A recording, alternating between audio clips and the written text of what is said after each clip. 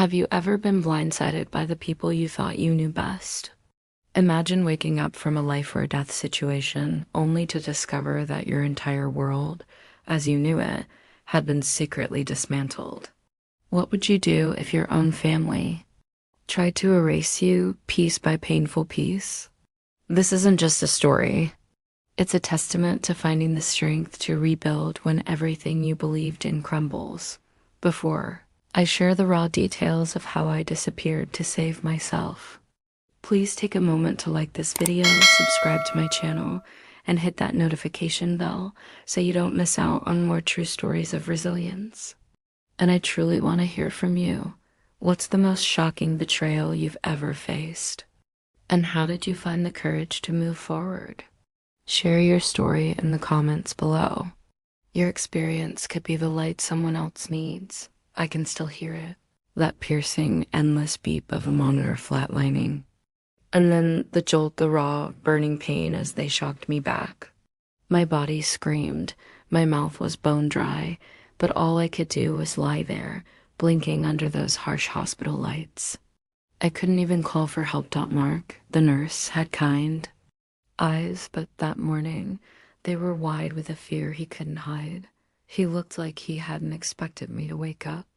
I tried to ask about my girls, my Sarah and Emily, but all he'd say was, "Just rest, Mrs. Davies." But later that night, after the shift change, I heard him on the phone near my bed, thinking I was still out. "Yes, ma'am, she's stabilized. Yeah, no, she's conscious now. Would you like to speak to her?" A pause. A beat that stretched into an eternity. "Okay, got it. Just thought you'd want to know." My own daughter, my own flesh and blood. She refused the call. My chest tightened, a pain that cut deeper than any physical wound. It was a new kind of bleed, starting from the inside. I lay there for 8 agonizing days in the ICU, 8 days with no visitors. No wilting flowers, no comforting calls, nothing. When they finally discharged me, Mark was the only one who offered to wheel me out, looking strangely embarrassed. I felt like a forgotten package, dropped off in a hospital transport van, waiting outside my own house because the spare key, hidden in the ceramic frog, was gone. Someone had taken it. When the door finally opened, it wasn't Sarah or Emily. It was David, my son-in-law, holding a Starbucks cup, acting like he didn't expect me back so soon. He stammered something about a flight delay, how they were planning to swing by tomorrow. But as I walked in, my heart sank further with every step. Everything was wrong. The furniture was rearranged, the walls half-painted, my wedding photos boxed up in a corner like forgotten junk. Then I saw it.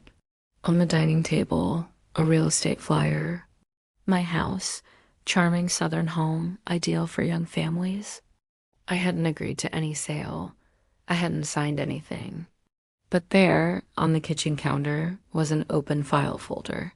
Power of attorney paperwork. My signature. Dated 2 years ago from a small surgery when they'd said it was just a precaution. Apparently, they'd used it while I was unconscious to start clearing me out. My legs gave out. I sank to the floor, the cold tile a stark contrast to the burning in my chest. I don't know how long I sat there, but eventually I found Emily's old iPad plugged in near the pantry. It still worked, and I guess she'd forgotten to log out of her messages. That's how I saw it. House goes on annals Monday. If she's not home yet, we'll start the assisted living intake. Let's be honest, Mom was never good at boundaries. Sarah, my own daughter, had written that they were trying to erase me. Like I was a task they were behind on, a nuisance to be tidied away. But I didn't cry. I didn't scream. I just stood up, opened the pantry, and pulled out the shoebox where I kept my emergency cash. Then the handwritten ledger I'd used to track passwords since 1998, because if they thought I was dead weight, if they thought I was going to sit there and let them pack me into a nursing home while they sold my life piece by piece, they forgot. Who the hell raised them? The next morning, I waited until David left for whatever fake errand he had lined up. Then I walked into what used to be the guest bedroom, now a staging area. Half my clothes were folded on the bed, some in plastic donation bags. My dresser drawers were empty. They hadn't even bothered to ask what I wanted to keep. That's when it hit me. This wasn't some misunderstanding. They weren't preparing to help me recover. They were preparing to remove me. I took the iPad again and found the rest of their texts. Emily had messaged Sarah from the airport, "Once Mom's house sells, we'll have room to breathe." Room to breathe? From what? From the woman who raised them through 2 jobs after their father died. From the person who took on their debt when David's business collapsed and who watched their kids every summer for free while they jetted off to Vegas and Saba. I sat back down at the kitchen table, opened the file folder again, and this time I looked closer at the paperwork. The power of attorney they'd activated wasn't the one I thought. It was a broader one, notarized during my hip surgery. The one Sarah had rushed me to sign while I was high on morphine, saying it was for insurance. I remembered scribbling my name, thinking it didn't matter. No, it was being used to dismantle my life. I called Mr. Thompson, a former student of mine, now a lawyer with his own firm. I told him everything. He listened in silence, then said, "You're not the first, Eleanor, but we can fight this." He had me come in immediately, helped me review the document, and confirmed what I'd hoped. The power of attorney didn't extend to real estate transfers without explicit consent. "They're jumping the gun," he said. "If you move fast, you can flip this on them." And I did. I had Mr. Thompson file to rescind the power of attorney, to reinstate my legal autonomy. We began preparing the house to sell under my name. I didn't want to save the house. I wanted to empty it before they did. That night, I stood in the doorway of the living room where we used to put up the Christmas tree. I looked at the faint and denim carpet where the couch used to be, and I told myself this would be the last time I ever looked back. I wasn't just leaving the house. I was leaving the idea that they were still my people. They weren't. They were strangers and familiar skins, and the most dangerous part, they thought I didn't have the strength to walk away first. I didn't waste time trying to confront them. There was no point screaming into ears that had already tuned me out. I wasn't going to sit around waiting to be boxed up like an old couch. They didn't want any more. Mr. Thompson moved quickly. Within 3 days, we had the house officially under my name again, and the sale relisted, this time under my control. I changed the locks first, then told David through the Ring camera to come get his tools before I donated them. He didn't even argue. He just grabbed them in silence and left the gate open, like the coward he is. I didn't tell anyone where I was going, not even Mr. Thompson. I sold everything except the photos I cared about, my late husband's watch, and a box of childhood drawings the girls made when they still remembered how to love. The house closed in 11 days. Cash buyer, no contingencies.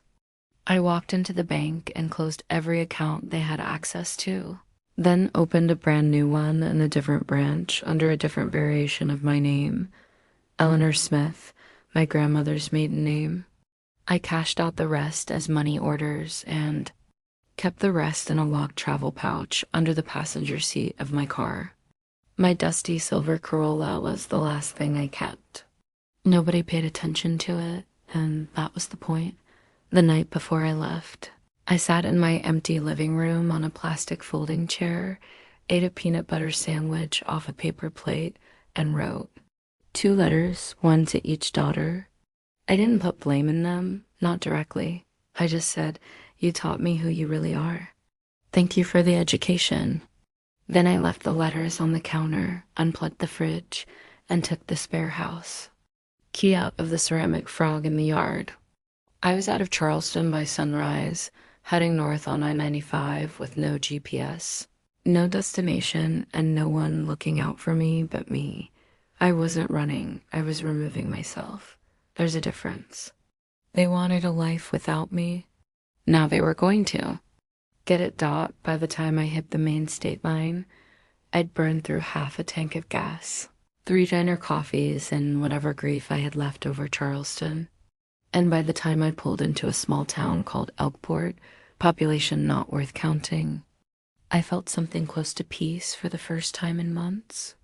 I picked it randomly off a billboard that said, Elkport Library voted friendliest place in Maine. That was enough for me.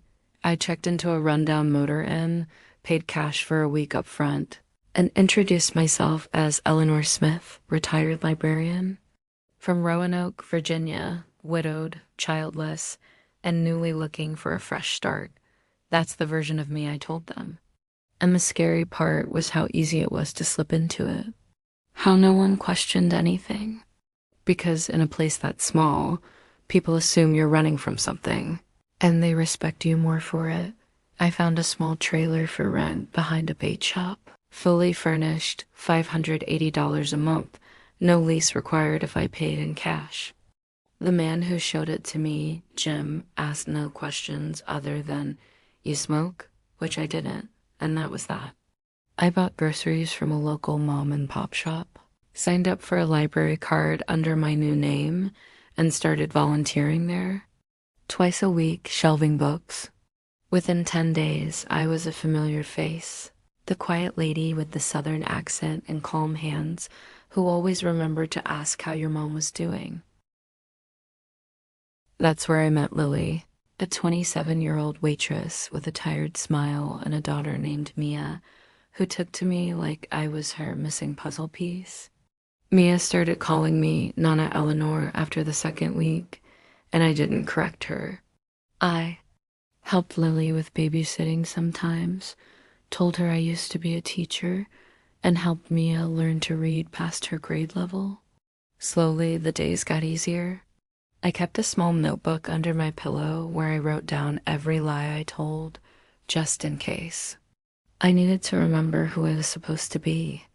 No children, no Charleston, no Sarah, no Emily, just Eleanor and her quiet little trailer by the marsh. But at night, when I was alone, I'd sometimes wake up gasping. Not because I was scared, but because I was so afraid someone would knock on the door and say my real name out loud. I wasn't grieving anymore. I was hiding. And even though no one had come looking yet, I knew eventually someone would. Back in Charleston, the moment my daughters stepped off the plane and pulled into the driveway expecting to walk into their transition plan, everything unraveled at once. Sarah called me first, and when it went to voicemail, she sent a text. "Hey, we're back. Can we come by tomorrow to go over logistics?" I didn't answer, obviously. By the time they noticed the lock had been changed, the for sale sign gone, and the mailbox filled with final notices and bank closure confirmations, the panic set in. Emily tried calling Mr. Thompson, who very politely told her he was no longer authorized to speak with them. When she showed up at his office, he wouldn't even buzz her in. David went around to the back window and tried to see if anything was still inside, but the house was empty. No furniture, no photos, not even a nail left on the wall. That same night, they called the police and filed a missing persons report. But the detective assigned to it wasn't buying the urgency, especially after David let it slip that they had gone to Maui while I was in the ICU, and even worse, admitted they hadn't visited me once during my 8-day stay. Within 48 hours, the story leaked. First through Mrs. Jenkins, my neighbor who always hated Sarah's smugness, and then through a local Facebook group where someone posted, "Anyone know where Mrs. Davies went?" Her family listed her house while she was in the hospital. The comments exploded. One user screenshotted the real estate flyer with the sale date and lined it up with my hospital records. Someone else pulled from public data. This woman was fighting for her life and they were vacationing. The outrage wasn't just digital. it turned real. A local reporter showed up on their lawn. Then a bigger outlet picked it up as a human interest scandal. Suddenly, Sarah, the golden child, was being swarmed in the Trader Joe's parking lot by people calling her a monster. Emily tried to cry her way through a news interview saying, "We thought she was fine. We never expected her to leave." But viewers weren't buying it. The segment was reposted on TikTok with a remix of her quote next to footage of Sunbathers in Maui captioned vacation vultures. People were tagging Dr. Phil, calling for elder abuse investigations, digging through David's bankrupt business history, and speculating that maybe I hadn't disappeared at all. Maybe I'd finally gotten smart. The more they panicked, the more silent I stayed, tucked away in my quiet Maine trailer, watching it all unfold on Lily's old laptop when she wasn't around. Seeing the comments calling me a hero, a legend, grandma. Gone ghost. I didn't feel triumphant. I felt safe. I felt invisible. And for the first time in my entire life, I didn't owe anyone a damn thing. It had been almost 2 months since I left Charleston, and I was starting to believe maybe, just maybe, the world had moved on without me. The news cycle had quieted. My name hadn't trended in weeks, and I'd slipped comfortably into a rhythm that didn't involve constantly looking over my shoulder.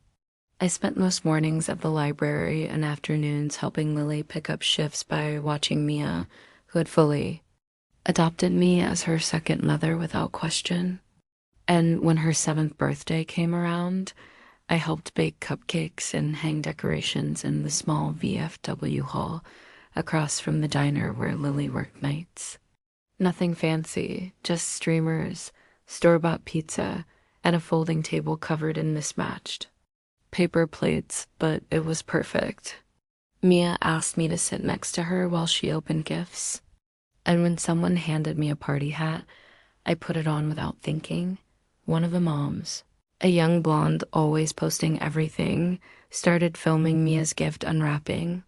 Just a 30-second clip for Instagram, nothing special. Except I was in the shot the whole time, smiling, handing over presents, even helping Mia read the card from her classmate.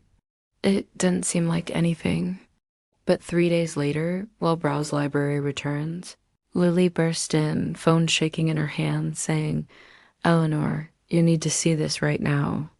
The video had been reposted by a mommy blog, then picked up by a TikTok account that cross-referenced the birthday footage with old news screenshots from the Charleston scandal. The caption was brutal. Found her. Grandma Ghost is alive and well in Maine. She changed her name. She's got a new family and we love her even more now. I felt my stomach drop. Comments were flooding in. Some people praising me, calling it a legend move. Others accusing me of abandoning my real family like I was the villain. My face was suddenly everywhere again, and worse, my location. The video had tagged the town name. I sat down hard on the floor behind the returns desk, my heart thumping like it had when I was in that hospital bed, helpless and wired up. Lily knelt beside me and said, "What's going on?" I looked her in the eye and told the truth for the first time. My name's not Eleanor, it's Eleanor Davies. And I didn't run away from a family. I escaped one. She didn't ask questions, didn't judge, just nodded and said, "Okay, so what do we do now?" That's when I knew I'd have to stop hiding soon. Not because I wanted to, but because once again, someone was coming. I didn't sleep that night. Not because I was scared, but because I knew what was coming and I didn't want to waste a single second pretending I was still safe. By the next morning, the video had over 1 million views, and I've been tagged in so many new conspiracy threads that people were speculating I faked my stroke just to get revenge. Funny how the world can flip you from victim to villain the moment you take your power back. I turned off the Wi-Fi, cleared the browser history, and stuffed everything I owned into 2 duffel bags, just in case I had to disappear again.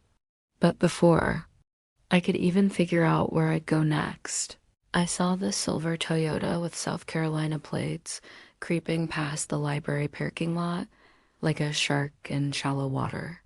I knew it was Emily before I even saw her face. Something in the way she parked too neatly, like she was still trying to earn a gold star. She stepped out in jeans and a cardigan, like we were meeting for brunch and not after months of public humiliation. She stood by the entrance, holding a paper coffee cup, looking like she hadn't slept in weeks. I watched her from behind the stacks for a full 5 minutes before stepping outside. When I did, she didn't speak at first, just stared, like she was trying to confirm I was real. Then she said, "Mom, please don't walk away." Her voice cracked at the word mom, and I felt the old urge to comfort her rise up like a reflex I hadn't killed yet. But I didn't move. She stepped closer. "You're not a ghost. You're not done. You can come home." I looked her dead in the eye and said, "I already did the funeral. You just weren't there." She flinched like I'd slapped her. For a moment, I thought she'd lash out, try to justify it, blame David or Sarah, or the timing or the doctors or whatever convenient excuse she'd rehearsed, but she didn't. She just stood there holding that coffee like it might keep her upright. "We didn't know," she whispered. We thought we were helping." I laughed, loud, ugly, the kind of laugh that says you don't get to rewrite this. "You left me alone in a hospital to die," I said. "And when I didn't, you tried to box me up like expired furniture. Don't say you didn't know. You knew exactly what you were doing." She started to cry then, silent and tense, like she was trying to keep the breakdown off camera. I let her stand there in it for a long minute before I said, "I'm not coming back. Emily, I found a new life, a better one that doesn't involve pretending we were ever okay." Then I turned and walked away. Not fast, not dramatic, just enough to let her know this wasn't a performance. It was closure, the kind she never gave me. 3 days after Emily left, a plain manila envelope showed up in the return slot at the library, addressed to Eleanor in handwriting I recognized instantly as hers. But I didn't open it right away. I let it sit on my kitchen table for 2 nights, untouched, because I didn't know if I wanted to read more apologies or just burn the whole damn thing. When I finally tore it open, there wasn't a letter inside from her. There was one from me. My own handwriting, my own words, written while I was in the ICU, scrolled shakily on the back of a patient intake form because I didn't think I was going to make it. I had written it for them. "If I don't wake up," it started, "just know I forgave you already. But if I do, please come. I'm scared." I remembered every word of it the moment I saw it. I had begged Mark to give it to one of the nurses to pass along, just in case they showed up. He told me later he slipped it into my belongings bag when no one came. I guess they found it while digging through the house. Emily must have read it after seeing me in Maine. And now here it was again, in my hands like a ghost. I didn't cry. I didn't break. I read it once, then again, then folded it neatly and slid it into the notebook where I kept every fake detail about my new identity, right next to the page where I'd written, "No contact, peace." The next morning, Sarah emailed the library. I didn't know how she got the address, but her message was short. "I'd like to come. Just once. No David, no cameras, just me." I stared at the screen for a long time, debating whether to answer at all. But something in me, maybe stubbornness, maybe curiosity, typed back, "One visit, that's it. Bring the letter with you." I didn't know what I wanted from her. Maybe nothing. Maybe just to watch her face when she realized I wasn't the frail, predictable mother she'd abandoned, but a woman who had buried her grief and rebuilt something they never helped build. When Molly got home that night, I told her Sarah was coming, and she didn't say much. Just nodded and asked if I wanted her there during the visit. I told her no.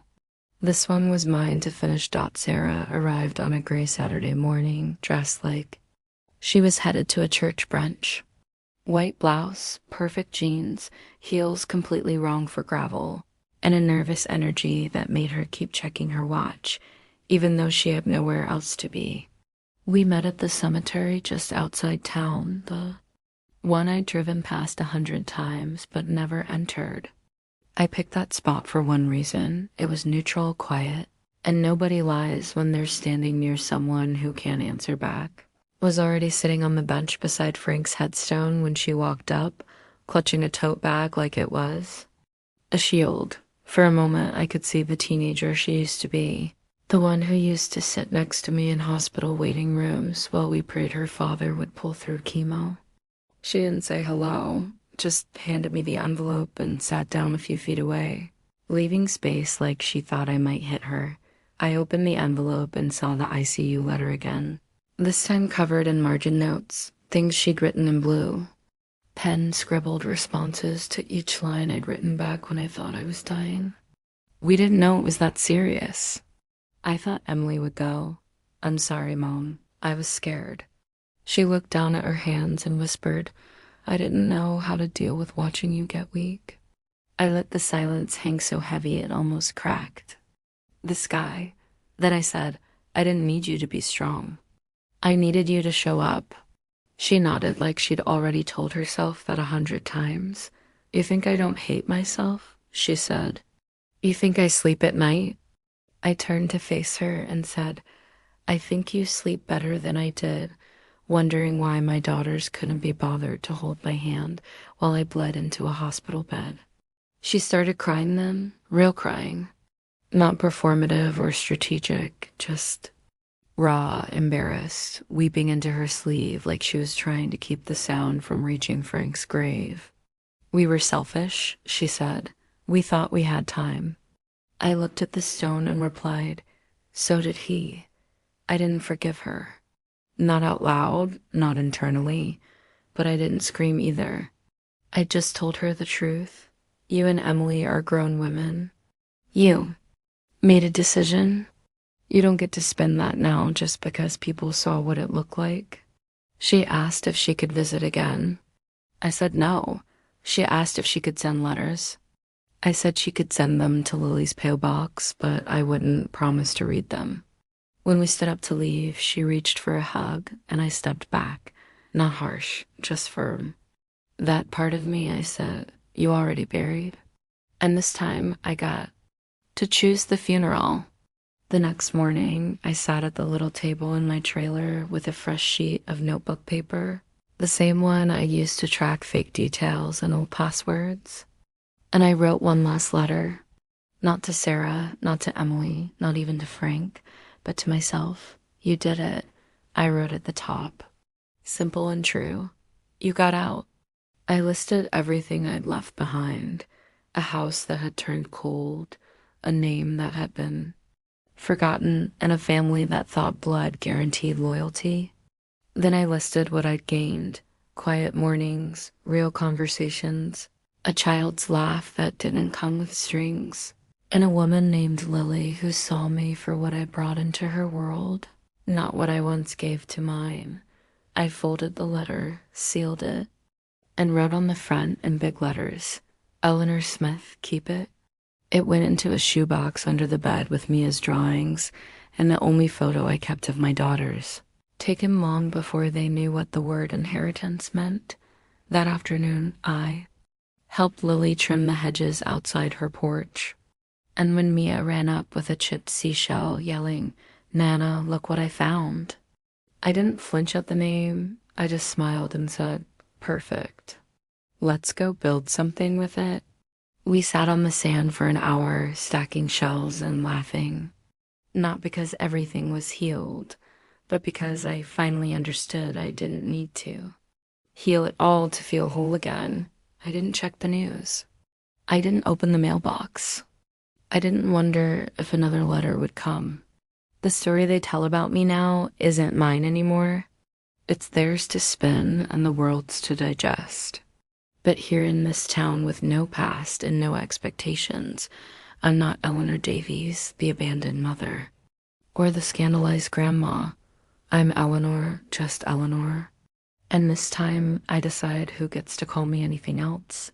This journey, finding peace after profound betrayal, has taught me that sometimes the only way to save yourself is to disappear from the life you thought you knew. If you've ever felt trapped, unheard, or like you needed to reclaim your own narrative, remember, your story isn't over. It's just waiting for you to write the next courageous chapter. If my story resonated with you, if it stirred something within you, I encourage you to subscribe to my channel now. Let's build a community where we share strength, heal together, and understand that sometimes walking away is the strongest step forward. Click that subscribe button and join our family of survivors. Your journey matters, and you are not alone.